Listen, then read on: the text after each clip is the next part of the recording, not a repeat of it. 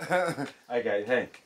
Okay, I just want to go through this the Royal Decree of Lady Crown. Here it is, and I got my PA copy downloaded this and printed it out and gave it to me. So here it is. Now this is her Royal Decree. Now we go. This is a 10-pager she put up. So we're going through, and I'm going to go to the 9th page, okay? And the 9th page is, we're coming to the next one. This is it. Yep. Okay? Now, okay, if you look at this, okay, this is actually the back page of the document I served. Right. Now, I just want to let you guys know that none of these thumbprints or this was actually a blank page. Okay. It was only with the notary seal and ribbon. The seal was on. Only the ribbon and notary seal. Okay, so that's why they're all over this way a bit.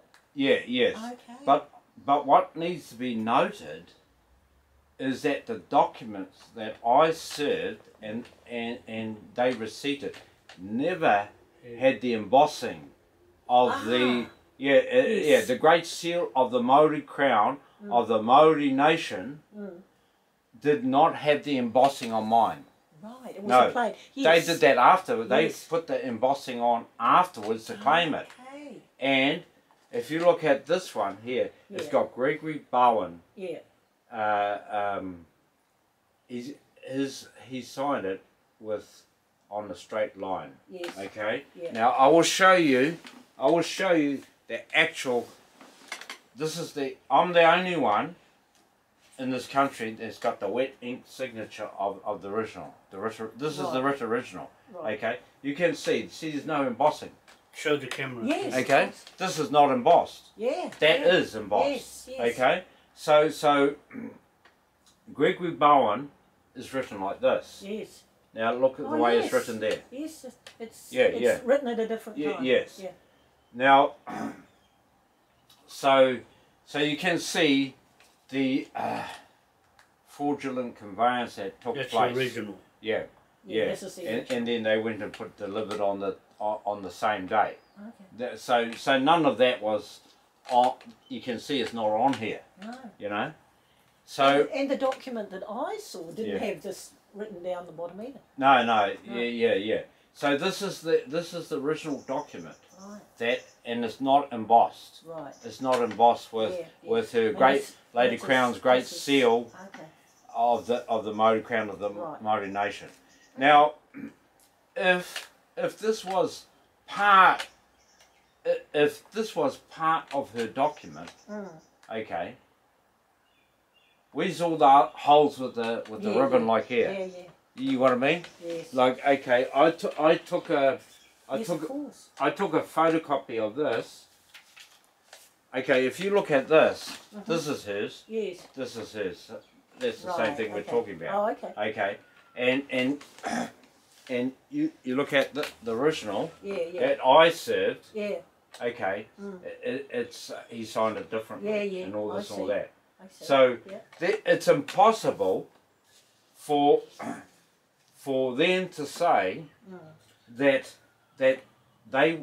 Anthea Williams, the Treasury Solicitor, the PMO office, and Gregory Baughen, it's impossible for this to have been served when I say that the only way they got these on there was after I had completed it.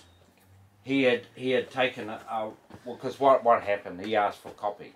Right. He asked for a copy. Okay. So I gave him a photocopy. Yeah, photocopy. And this is when. Alfred? Oh, sorry. Okay. I just turned the light switch off. Sorry. I should have. No, don't touch them because they'll be up. There are the lights outside, you see. Perfect. Some of them got lights outside. Cool.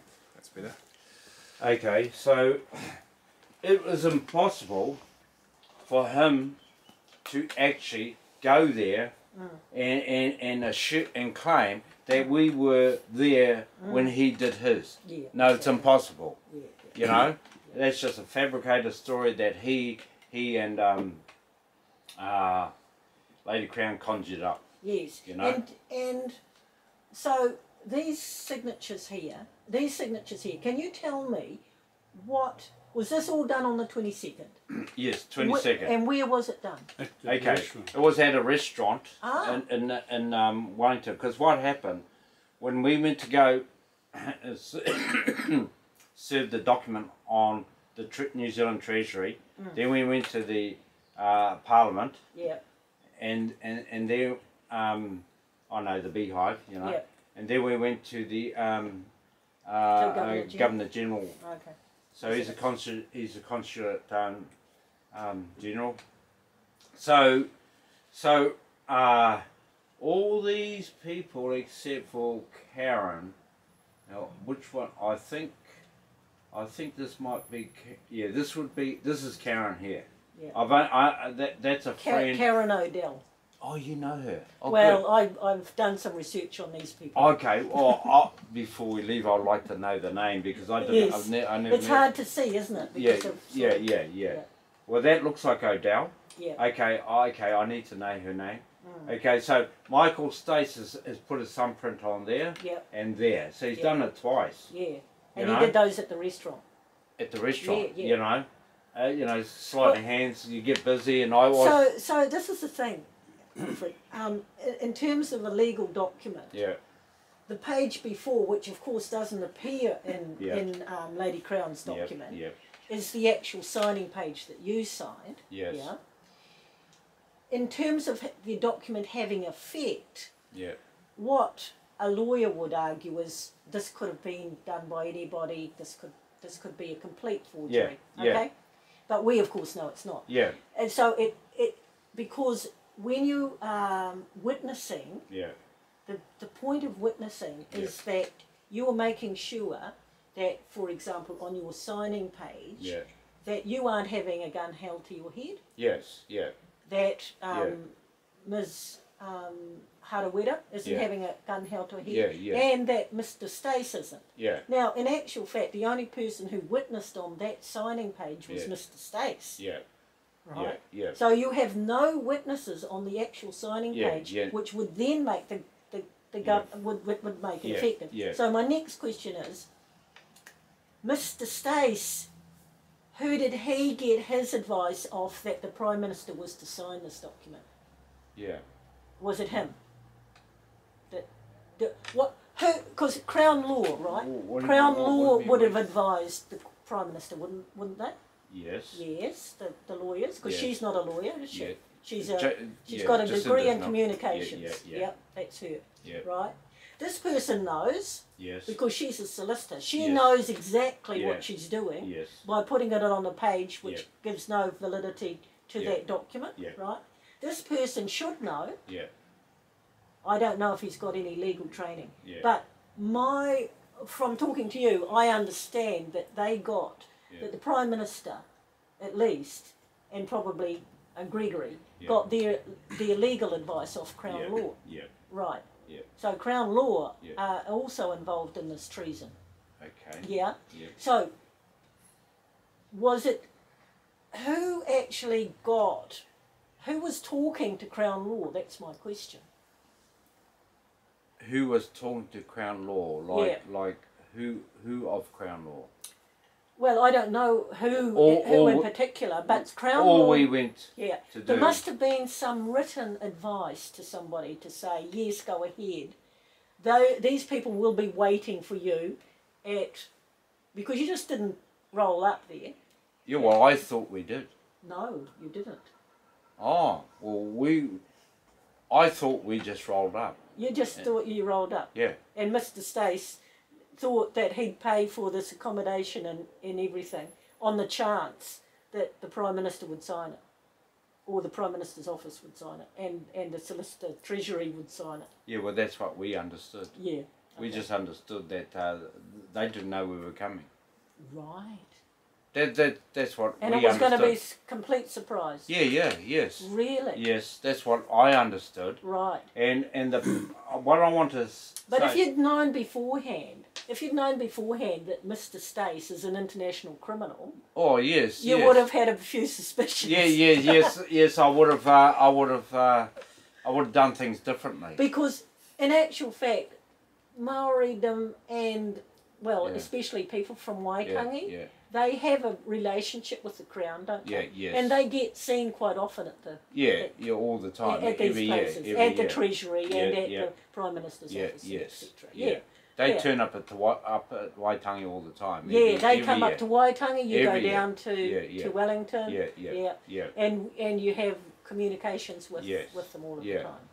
So you just thought, oh well, we've got this important document, and they'll be pleased to see us, and they'll realise, because you've got the legal reasoning within the document through all of those acts of parliament and those letters of paper, all of that has been done and been thought through, and that's been presented beforehand Crown law. So of course Crown law is going to advise the Prime Minister. Because if you can see that, okay. So that's Michael Stace, that's Michelle Hood. Okay, they were the ones that paid for our accommodation. Okay, and they were the ones that paid for our flight tickets. Now, Paula, my PA, and that's myself. Ludwiki, is it? Paula Ludwiki? Yes. Okay, Paula, she's my PA. Right. We were... Is she related to the Sage family? Yeah, she's a sage. She's a sage, right. Same as the Minister of Conservation used to be. Oh, okay. Yeah, they're related. Okay, Well, so she actually goes by Paula Sage. Okay. But anyway, on Facebook. Yeah. So anyway, she's my PA. Yeah. We were flown down on the 21st. Right. Okay, from Hamilton here. Right. Okay, now, Tihini Wharikura Kingi and Sharal Kumaro, they were flown down on the 22nd. Okay. So they arrived at the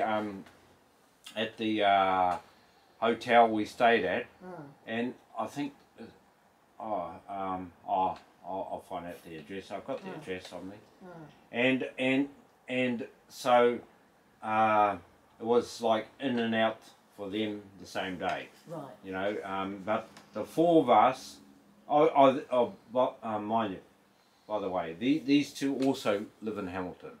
Oh, okay. So we were, after the restaurant, we were taken to the airport, and the four of us were flown back. Okay. Okay, and so when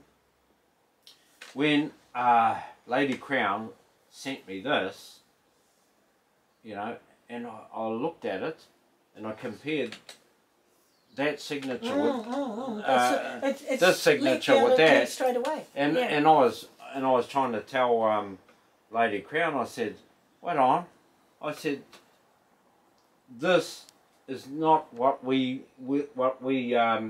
witnessed. Yeah. None of these people here were there when they served this one. This is the one that got leaked. Eh? This is the one that's that right.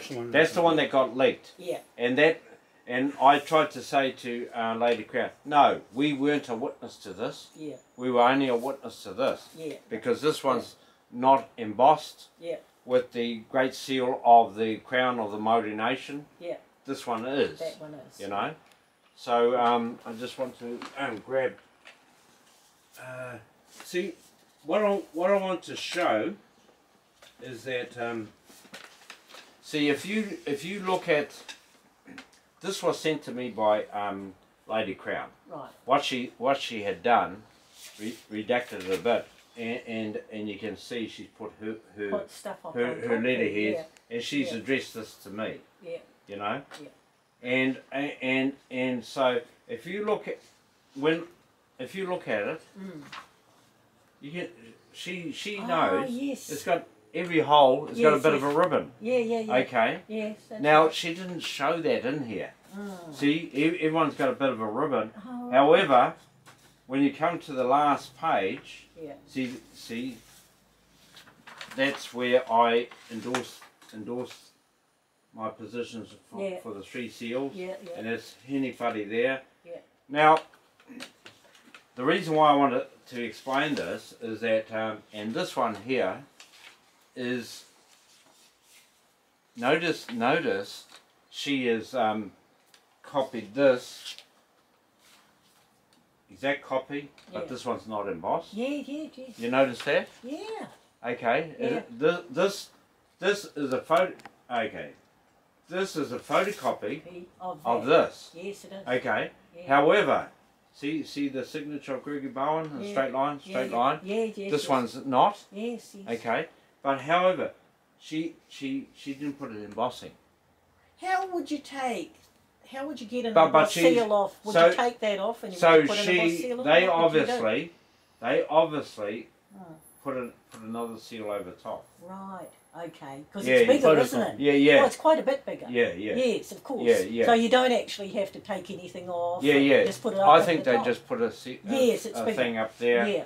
And but I don't know, that it's like he's obviously an expert on these things. Oh yes. Now, what I want to show is this. This is the actual signing at Waitangi. Okay. Okay. This is the actual document. Okay. Okay. So this is it. It didn't have. Okay. Where's the one of this one here? Yeah, if you look at this, yep. We roll up to Wellington. Yeah. And Michael Stace had already pre-prepared this. Yes. But this was the document we endorsed at Waitangi. Yes, see, you can see I've initialed it. Hene Whare's has initialed it, but it's not here. And he's got all of this on. That's right. What do you think that's about? Sorry, I don't know. I don't know what the barcode is. I think it might be monetising it. Okay. so you notice that all of a sudden he's redacted it. Okay, and so anyway, if we go to page, see, because ours had 6 pages. I mean, ours had 5 pages. Okay. Okay, and then you go this. Yeah. Now what he's done, he says he put this down. He's put this up the top. Yeah. And he's you know, because he hasn't got our initials on it. Yeah, he doesn't. So we roll up to the roll up. Can you show that one to the camera? Yeah. Because there's an initial down here. This is the original document. This is myself and Hene Whare. Okay. And if you see the one. If you see the document, about the document, if you see the document, because what happened is this: on the morning of the 22nd of December 2020, when Michael and Michelle turned up to the hotel, and in the we all had breakfast, and then after breakfast he opens up his bag, and there was just a lounge area, and he had 5 of these documents already. 5 of them? He had 5 of them, okay? He had 5 documents ready, and like this, same as this. Yeah. Because all of a sudden, this if you look at this, on the final page of this, that's my... those are my 3 seals with my thumbprints, and that's Hene Whare. Okay, there's no Michael Stace on it. No Michael Stace. There's no Michael Stace on it. There's no Michael. There was no mandate. Yeah. There was no mandate from Waitangi to include Michael Stace. All they called on him for was to help facilitate. Because he offered to facilitate. And it wasn't just Michael Stace, it was also Billy Takahika, because this was the NZPP. Because Michael Stace was working, both Michael Stace and Michelle Hood were working for Billy Takahika and NZPP. Michelle Hood told me that she was Billy Takahika's like PA. Oh, I see. She said, that's right. Yes, she introduced me herself to myself at Waitangi as Michael Stace's, as Billy Takahika's PA for the NZPP. Yeah. And they were also, even Alan Waite, Alistair Waite, and all that, they were also all part of the Purple Thumb. Okay. Yeah. So they were working for Lady Crown and Billy Takahika. Yeah. And that's what, when I was introduced, when I first met them at Waitangi on the, was actually, well, they were at the Porphyry on the 11th of December, but I was introduced to them on the 12th of December. Okay. And I had never met them before. Right. You didn't go to Waitangi though, did you? No, we're talking about December 2020. When all this took place. Yes. It all took place from the 11th. See, the hui was called for tahitanga. Yeah. In other words, any man and their dog were welcome to turn up, you know. And so that's when Billy Takahika... Yes, I got invited. Yeah. I didn't go. But he... The thing about Billy Takahika, he's never been part of our Te Whakaminenga Confederation, Chief. Right, okay. He's never been up Waitangi with our people and all. No. This is the first, his first showing. This is an incursion of politics into it. Yes. Because what you're talking about is history and law. Yes. What they're doing is politics, two different things. Yeah, yes, okay? Yes. Now, I believe, this is my belief, and I think there's plenty of evidence to back it up, that they used the good stuff that's in what I call the good stuff in the document. Yeah. All about what was going to happen when power was actually taken. Yeah. That there would be the end of the vaccinations. There would be no more 1080 drop. Yeah. They were going to investigate what 5G was for and whether it was safe, etc. And a lot of other really good things. Yeah. And which had the support of those people at Waitangi. Yeah. And that's what they thought was going to be delivered. Of course, it didn't get delivered. Yes. Which means to me that the whole movement, the whole political movement, was used as a cloak to gain power. Yeah. And the other cloak they used, of course, was the Mauri Nation. Yes. Okay.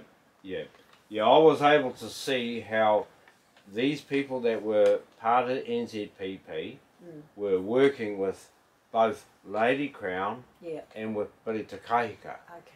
You know? Yeah. And because now I want to take it back to where's my documents? Okay. Let me. Here's something ironic though, right? Yeah. At the moment, Billy's made a big announcement. Yeah. That he's now has a team of lawyers. Yes. And that they are going to get, well, probably, he's not saying the Mauri Nation. Yeah. He's talking about, this is a takeover. Yeah. We're going to get the government to resign. Yeah. And I've got a team of lawyers. Yeah. You're going to use the work, the legal and historical work that you have done. Yeah. Yeah. But you guys are out of it. And that's what made me very worried. That you... as the actual eyewitness to what happened and knowing all of the background, we're in danger of your life. Yeah, and I still think you are, and so we've got to be careful. Well, for myself, but to me, being careful, it's about saving the nation. Yeah, it is. To me, honestly, I'm being honest. I don't care if I'm prepared to take the bullet to save the nation. Well, you're not going to now because. Okay. The whole nation will see this one day, and they'll know that who to get if anything happens to you. This is our insurance policy. Yeah. Now let me run through. Now I just want to take back to the 3rd of April 2019. Oh, okay. Okay. The reason why I want to take you through there is that Georgie Job has been working with Billy Takahika. Yes, I've started to read these. Now, Georgie Job showed me an email dated the 3rd of April 2019. Okay, and this was from an email from Porto to and they were CC'd to a lot of people, but for some reason they didn't CC myself in. You know, because Georgie Job and myself, we were the joint hapu representative of Manipoto. So anyway, this email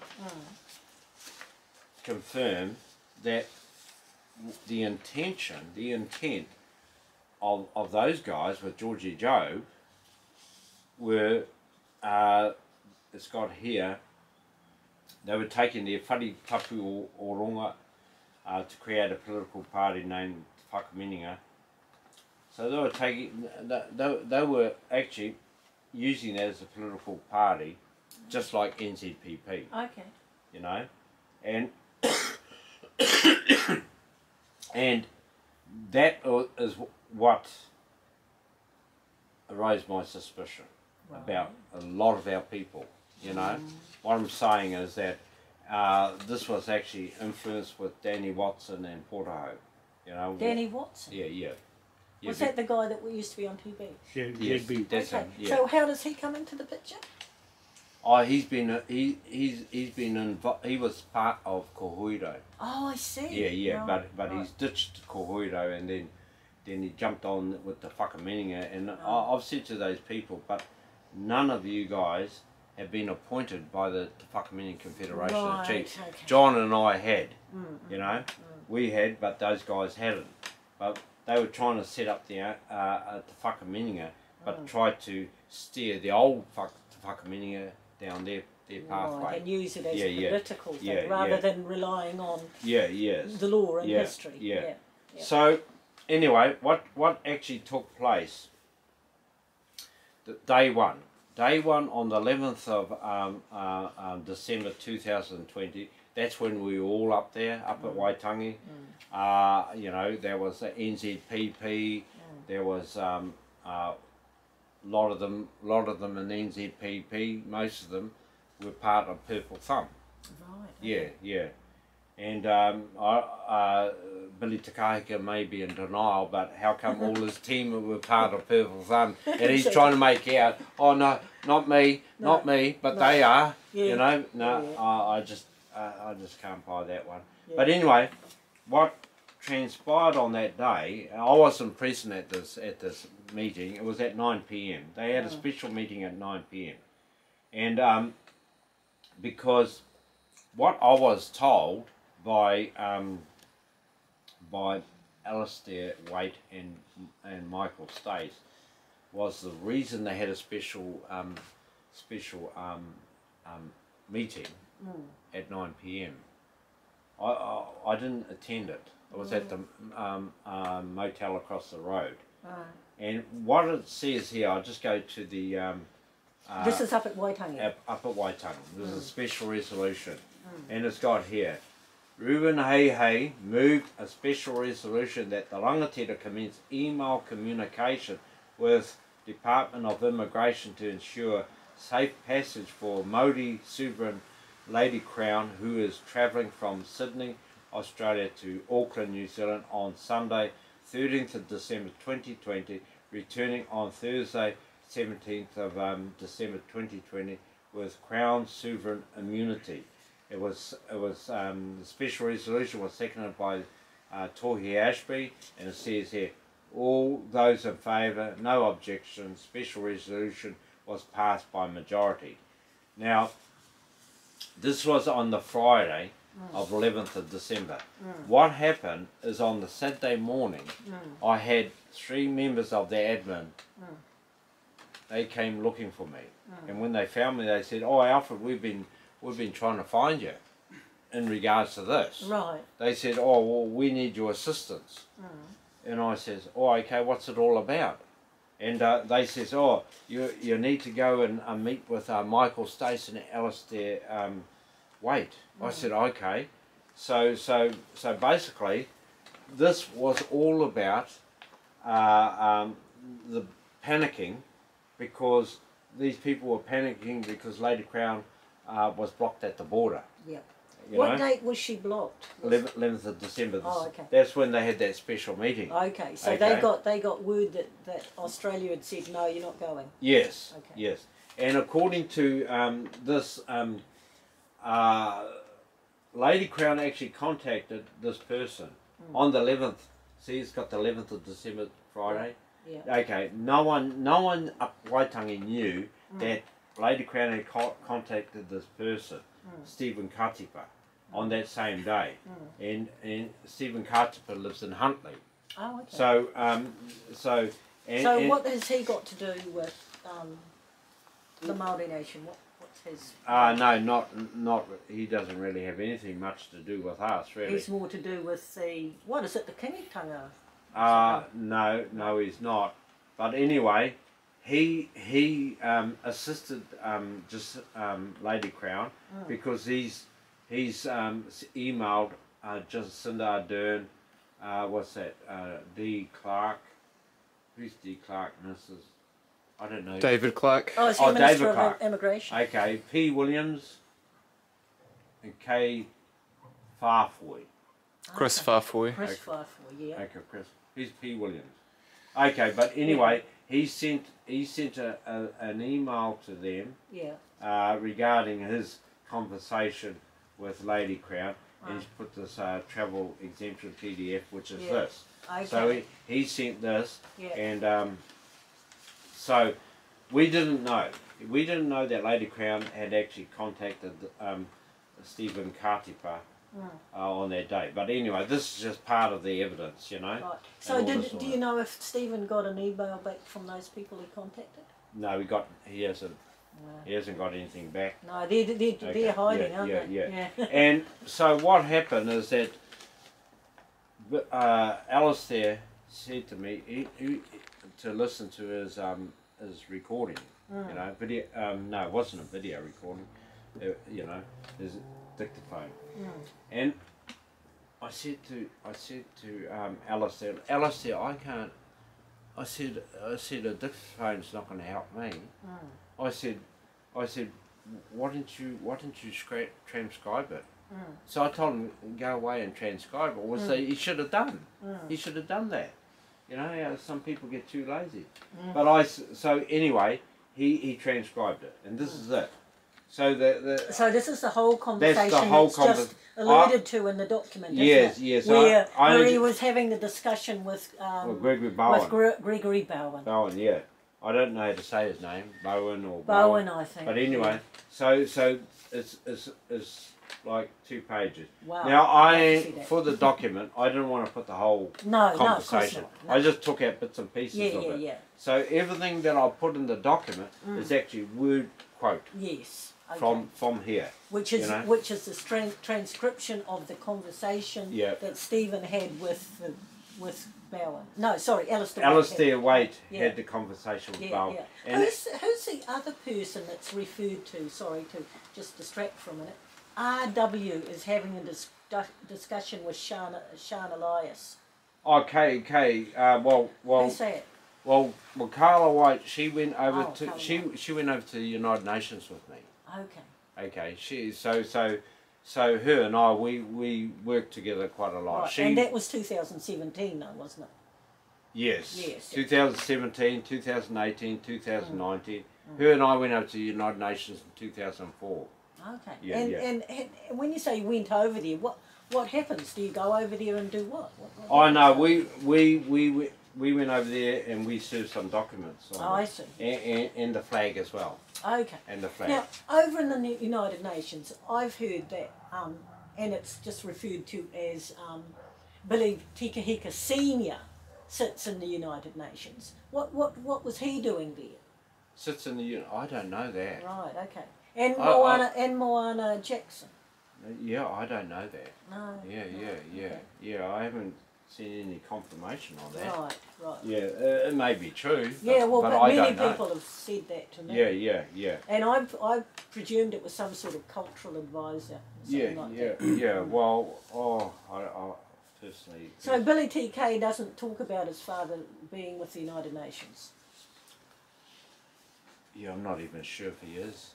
Well, he was in the past. I don't know whether he's come home again. Because okay. he's getting, getting on. Oh yeah, yes, he's on. But anyway, this is a letter from Georgie Job. When Georgie Job, Billy Takahika, a whole lot of them. She sort of rounded up a coup.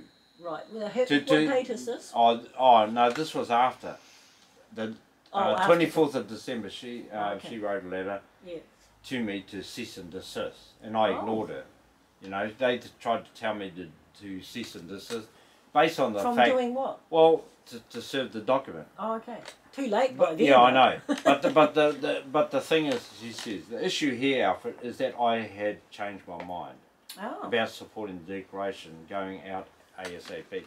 No, it was passed by Congress assembled up there. Now, once it's been passed, it's like any resolution and all this or that. That it needs the consent of the mover and seconder, and it only needs one to object to it, and it has to go through because it was a resolution passed. So I just ignored it and went and served it. Yeah. But you'd already served it on the 22nd, and she did this on the 24th. Exactly. It was stupidity. You know. What I'm saying is as Einstein said, Yeah, well, maybe they were getting a little nervous by the fact that they thought, well, the military's going to come out and take our people out. Right. Is that? Yeah. Now, I want to go back to now I had something on my mind was that okay. Yeah, because I have got correspondence from Lady Crown that she claims that I was a witness to her document being served. Right. Okay. Now. Yes, I never believed that she was in the country at all. Yeah. No. Well, I said to her, how can you say that? You weren't even here. It's hearsay. Yeah. Okay. It's hearsay. So I just want to stress the point here that if you look at this document, okay, this one here. Now, down here, it's got a space for Michael Stace. Yeah. Well, if the original document I showed you had he hadn't been mandated. Yeah. He had not been mandated to be included in our document. Now, I heard from somebody. See there? Yeah, that's right. Nothing in there. See there? Yeah. If you see, this is the one that was completed at Waitangi. Okay. Now we turn up for Wellington, and then he has 5 of these all pre-done with ribbon, and then he got myself in the lounge section of the lounge section of the hotel. He said, "Oh, Alfred, I need you to put your seals on this." But see, so what he did is he altered the whole thing. So we were there, and I thought, oh, okay. You do things in a rush fashion. Yeah. And it never dawned on me, because I never see. This is it. Look. So. And then, sorry, can I have a look at the Waitangi resolution again? This one resolution. Here. This one, no, sorry, this one here. This is the one that was at Waitangi. No, that's not it. The one with... Okay. The one that was actually signed at Waitangi. How does that look? Okay, this is... Which one is it? Is it this one? I'm not sure if it's called... No, that's another one of the 5. Okay, let me get up. Oh no, sorry, here it is. Okay, so this is the one at Waitangi. That's the one at Waitangi. This is the one at Waitangi. Yes, and it didn't include Michael Stace. It doesn't include Michael Stace, but it does include these. That's my thumbprints. Yeah. So what did he get you to change on these ones? What's he got you to change on here? Because I can see that this here, you've got different.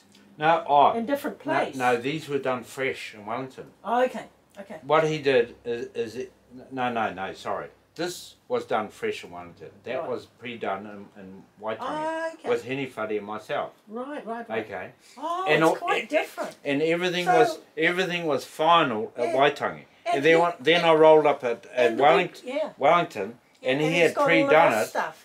And what did you think to this? What did you think to all of this? What they call postmaster language. What did you think to that? That wasn't even part of it here. It wasn't. This has all been added on by him. You know? Yeah.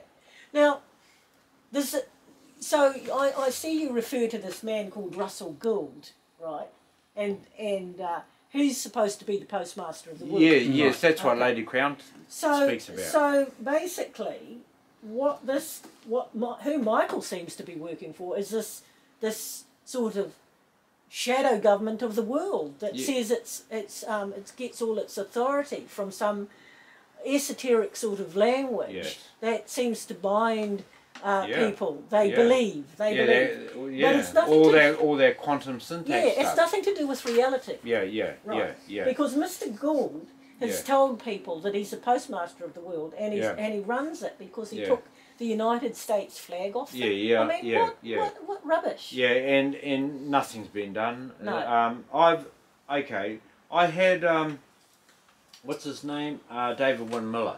Yes. I've met him 3 times. Right. Okay. Right. He's even, he came to New Zealand, didn't he? Yes, he came to Hamilton. Okay.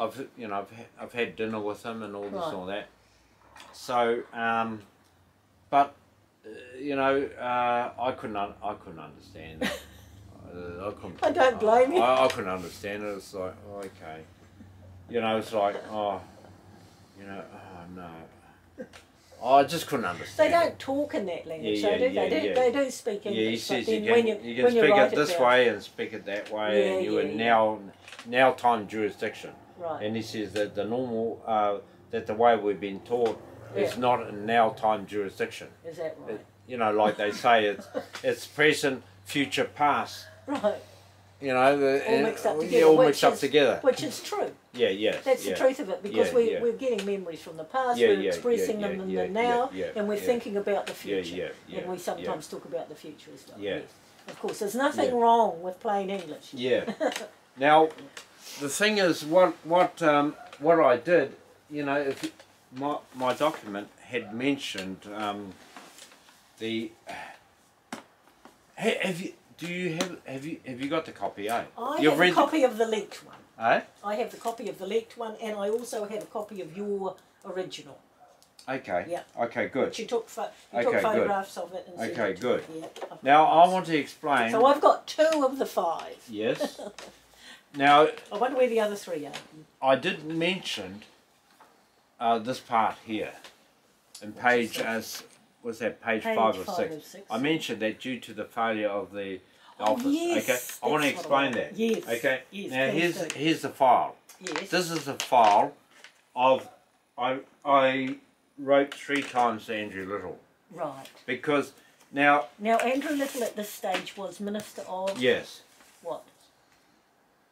At this stage. At the stage you were compiling the file. Well, look there. Open letter to Andrew Little, Minister of Justice. Minister of Justice. GCSB, NZSIS, Treaty of Waitangi negotiations. So what happened is this. Now the reason why I wrote, and I wrote this in just after the Christchurch shooting. Oh, okay. Okay. Which is 2019, isn't it? Yes, and the 15th of March, 2019. Yeah. Now, I was suspicious about that, About the shooting? Yes, because of the, it's just another 9/11. Yes. That's how I saw it. Yes. Because they had paramilitary training on that day in Christchurch. Yes. And I thought, well, wait on, okay, that they would be suspects. Like in a crime scene, okay, you can't rule out. They cannot be ruled out. No. Okay, because if there were 2 mosques that were shot down. Okay, what I'm saying is, are they trying to tell me one man went and shot them, then ran away and shot? And you know, it's like, of course, when he's doing the first shooting, the police would be there. Yes. And so it's making like a lot of noise. it's like the police never showed up. Yeah. Wait on, we'll do the job, shoot them, kill them, and I'll go to another one, and then you know, and I said no, I said that doesn't make sense. He was wearing an earpiece. Eh? He was wearing an earpiece. I've seen a great analysis of it. He was wearing an earpiece, and he was being told there's people escaping over that corner or that corner, and then he dropped whatever he was doing and run around and shoot that person. So they were talking to him. Yeah, they were telling him. He had at least 4 assistants. That's right. And see, Jacinda Ardern said to remove the video. Yes. And I said, wait on, the public are entitled to inquire, make inquiries into that, you know, to look at the evidence on it, and this and this. So I wrote. Oh, okay. And what I said is this, because she was going to pass a law to you know, for people to remove their guns and hand their guns and all that. And I thought to myself, wait on, they want the people to be unarmed. Yes, they do. And I sense now there's something going on that they want to disarm all the people, so it's easier for them to take us out, all out, 5 million people, you know, or you know, and so I wrote, and the reason why I wrote, I said, wait on, that for them to invoke the laws of the sea, which is Admiralty Maritime Jurisdiction on the land, because, okay, because they're a foreign entity. Yes. Because if you look at the Trading with the Enemy Act in 1933, okay, the people are considered the enemy. Yeah, under the Trading of the Enemy Act 1933. I always knew that that the people, it's like this, that you know, it's like the corporations can only speak to corporations. Yes, true. Okay, and corporations cannot speak to people. So the people are the enemy, and the fact that that they are a private offshore company registered with the Security Exchange in Washington DC. Means that they're operating out of Washington DC, and therefore they are foreigners. Yes. They're foreigners, and we are considered, the people are considered the enemy. Yes. Okay, so what sorry, like an occupation. Yeah. They're an occupation force, and we are here under an we're living under their occupation. Yes. Yeah. That's what they presume. Yes. You know. And so I wrote to them and I said, well, look, statutes are Admiralty Maritime Jurisdiction, the laws of the sea. And the laws of the sea are the basis of commerce among corporations, whereas the law of the land, common law, is the basis of trade amongst people. Yes. You know, so I requested that they place into evidence the international maritime contract between they and the people. Right. And you know, and I said, because I'm not aware that we are actually in violation of this international maritime contract for them to invoke statutes on the land. Yes, yes. You know, you know, you got what I mean? Yeah. And because of that, I wrote, and I even mentioned Sasha Stone's link on it, all that. Yeah. And this is all So did he reply? No, they never replied. But anyway, I got them all receipted from his office. Yes. They've all been receipted. I've got the whole file. Yes. And you know, like what I'm saying, you know, he's received it. Now all this that I'm explaining to you, Liz, you know, because you want to do the treason case, these are all available for you. Right. Thank you. Thank you very much. I won't withhold anything. Excellent. You know, excellent. but yeah. You know, but if like I'm only on a superannuation, and I certainly cannot afford the copy. This is not going to be. Yeah. That's no. I'd like you to have a copy of it. Oh, okay. So you got it in your possession. Yeah. Sure. You know that. But to me, that's why I made sure to slip those things in. Yeah. I made sure to slip the. And there was never any return.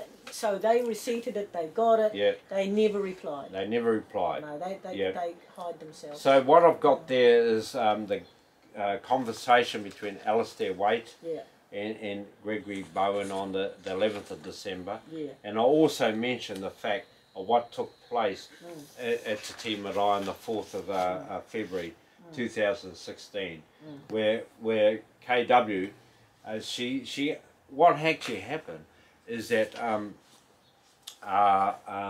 so these are in the days surrounding Waitangi Day, aren't they? Because it's often every the government goes up there. Every February, yeah. You have the Governor General and you have the Chief Justice come into the house. So what happened is that Sian Elias, she asked anyone, has anyone got any questions? Okay, and it was actually my friend, my whanaunga. She asked Sian Elias, does New Zealand Parliament assume its sovereignty by means of a constitution unwritten? And Sian Elias said yes. Okay, her next question was, what is your affiliation to Her Majesty the Queen and Right of New Zealand? You know, private offshore company operating out of America. And she said, I am the Queen's judge. Right. Yeah, we were all there. It was a full house.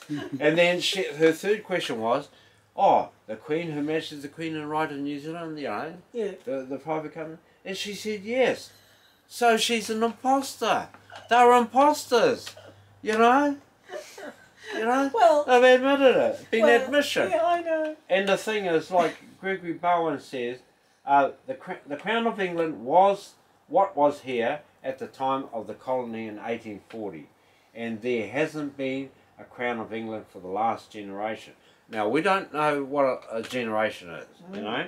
I mean, my dad is 91 this year, right. and he's still in his generation. Yeah, that's true. You know, so you know, some people say it's 25 years. I said no. The only way to find out the exact date is to go back and ask the man that said it. Yeah. What he meant by it. Yes, you know? Exactly. Yeah. Because he should be learned in this if he's the Governor General Secretary or Consulate or whatever he is. Right. Yeah. Right. So I did mean. So it's interesting, that point, isn't it, about the servants of this company. Yeah. But the Governor General is signing off all of our lawmaking in the name of the Queen of England. Yeah. So that's a big. That's a bit of a no-no. So is the Queen of England, and are they in England? Do they have a company running it? And I have a feeling they do. I've been speaking with people in England that they call it.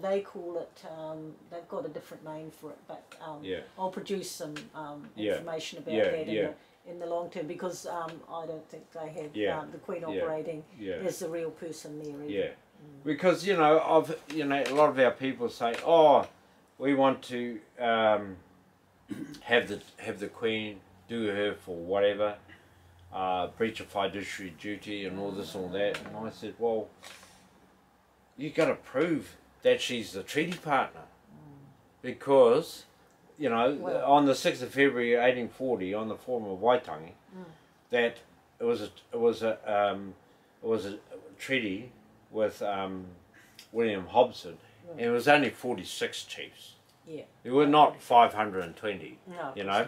They were. What I'm saying is the doctrine of lex fori is that it's about the law of the forum, and the forum Waitangi is not the same form as Port Waikato and everywhere else. And I mean, if you're looking at it as a contract, yeah. a trading contract, yeah, and if I it was a trading contract for a kind of a first option on buying land. I would, in modern terms, that's how I talk about the treaty. And you can't go taking it. To somewhere else. Okay, the other party can't go take it. It's got to be signed on the day. Yeah, exactly. It's only the people who signed it on the day and their descendants up until the other party dies. Yes. And I'm saying that in even in the English treaty, if you read the translation, there's no mention of Queen Victoria's her lawful heirs and successors. So therefore, what I'm saying is that from the midnight of the 22nd of January of 1901, it expired. Yes. The treaty now, expired. I'll tell you where you will see a document that does talk about the heirs and assigns is in the New Zealand Company document where they buy they buy from just south of Patira, I think it is, right down to basically the first quarter of the northern quarter of the South Island, and they promise in there that the heirs and assigns are protected by the 9 chiefs, I think it's Te Raupraha and 9 chiefs who signed on Kapiti Island. Okay? So there was, that's a place where you can see heirs and assigns. So it wasn't just the people like Wakefield, etc., who signed on that day. I think it's 25th of September. And that's 1839, so that's prior to the treaty. But they obviously expected to come in and settle here. They wanted the protection of the people that they'd signed, they bought the land from, and they're there. There is that case of, this was between Taira and the paramount chief, William Wiramukingi. Oh, yes, and that's the case with Judge Fenton. Yes. Chief Judge Fenton, and he held that co-owners' rights were deprived. Because the thing is that they're just individuals claiming they represent the collective. And that's not the way. Yeah, but if for example.